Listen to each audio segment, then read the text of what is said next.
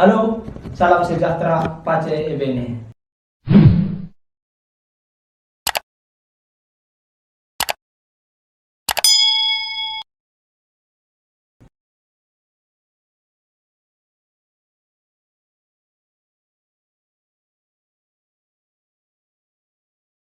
Aliran pertama ialah perbedaan materialisme dan idealisme. Aliran materialisme adalah paham dalam berfilsafat yang menyatakan keadaan itu ialah materi. Materialisme tidak mengakui keberadaan jiwa dan roh sebagai salah satu bagian dari materi. Karena realitas yang nyata adalah materi yang beraktivitas secara nyata. Kalau ada peristiwa yang belum diketahui, hal itu bukan berarti ada kekuatan lain yang bersifat spiritual di balik peristiwa tersebut. Melainkan akal dan pengetahuan kita belum memahami apa yang telah terjadi dalam kehidupan sehari-hari. Ilmu fisika, ilmu biologi, ilmu kedokteran, dan ilmu kimia merupakan bentuk dari materi.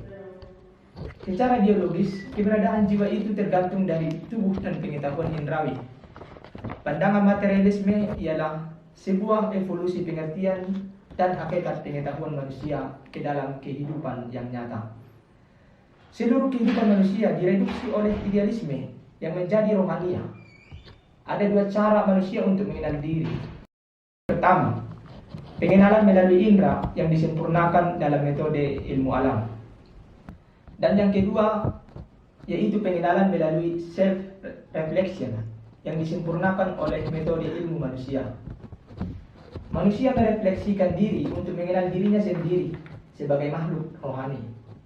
Metode pertama dan kedua merupakan bersifat abstrak karena hanya melihat aspek tertentu saja dari keseluruhan kenyataan. Memang manusia makhluk yang paling kompleks dari segi fisik. Namun dari pengetahuan indrawi hanya mampu merasakan diri di luar dirinya saja. Maka melalui refleksi, manusia mampu mengetahui sesuatu dari dalam. Evolusi hanya berupa tambahan kompleksitas. Pandangan materialisme bahwa manusia dilihat suatu bagian dari alam saja. Manusia muncul sebagai hasil evolusi fisiologis dan biologis.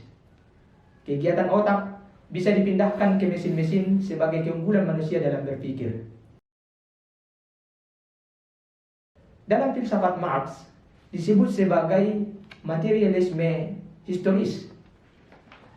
Sejarah materi merupakan alat produksi sebagai susunan bahwa juga yang disebut penentu susunan atas. Hukum agama, kesenian, dan etika merupakan susunan atas.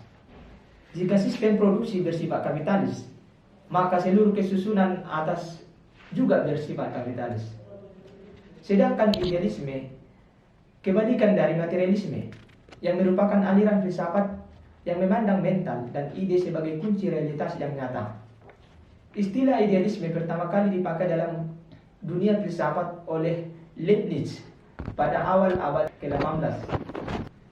Ia menerangkan pemikiran sebagai kunci hakikat realitas. Maka, bahwa hakikat dunia fisik hanya bisa dimengerti dengan ketergantungan terhadap jiwa dan roh.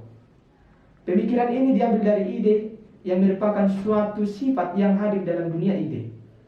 Banyak orang mengatakan bahwa objek fisik tidak bisa dipahami jika terlepas dari roh. Salah satu tokoh yang menyatakan ide ialah Georg Wilhelm Friedrich Hegel. Ia mengatakan bahwa alam adalah roh yang mengungkapkan diri secara mutlak. Para idealis mengakui bahwa kekuatan atau kenyataan spiritual berada di belakang setiap penampakan dan kejadian yang ada. Karena kenyataan spiritual tidak bisa dijelaskan dengan metafor kesadaran manusia. Proses dunia secara keseluruhan merupakan perkembangan roh menuju yang mutlak melalui proses tesis, antitesis, dan sintesis. Maka segala sesuatu dapat diterangkan dengan hukum materi, termasuk kesadaran dan pikiran. Karena itu, materialisme mampu menjelaskan mitos, magis, dan spiritual. Idealisme berpendapat bahwa tidak ada sesuatu kenyataan yang berdiri sendiri selain subjek yang berpikir. Maka dunia ditemukan sebagai ide dalam kesadaran. Perbedaan yang kedua ialah perbedaan aliran rasionalisme dan empirisme. Rasionalisme merupakan aliran filsafat yang menyatakan kebenaran yang dapat diterima melalui logika, analisis dan pembuktian terhadap realitas sesuai dengan fakta, bukan suatu keyakinan. Sebagai contoh, bahwa panca indera merupakan suatu alat yang membantu akal untuk memperoleh pengetahuan. Maka dalam konteks rasional, matematika seharusnya harus dijadikan model ilmu pengetahuan. Ada 3 ide bawaan dalam diri manusia, yaitu pikiran, hati nurani, dan juga fisik. Allah merupakan wujud yang sempurna dalam keluasan. Pikiran itu berasal dari pengalaman hidup konkret selama manusia itu hidup. Hati nurani manusia berisikan kebaikan yang merupakan cerminan Allah yang Maha Pengasih dan Penyayang. Unsur fisik merupakan materi yang menjalankan hasil proses perdebatan antara hati nurani dan akal pikiran. Hati nurani dan akal pikiran dan fisik merupakan gambaran diri kita sendiri yang bisa dilihat dari tindakan.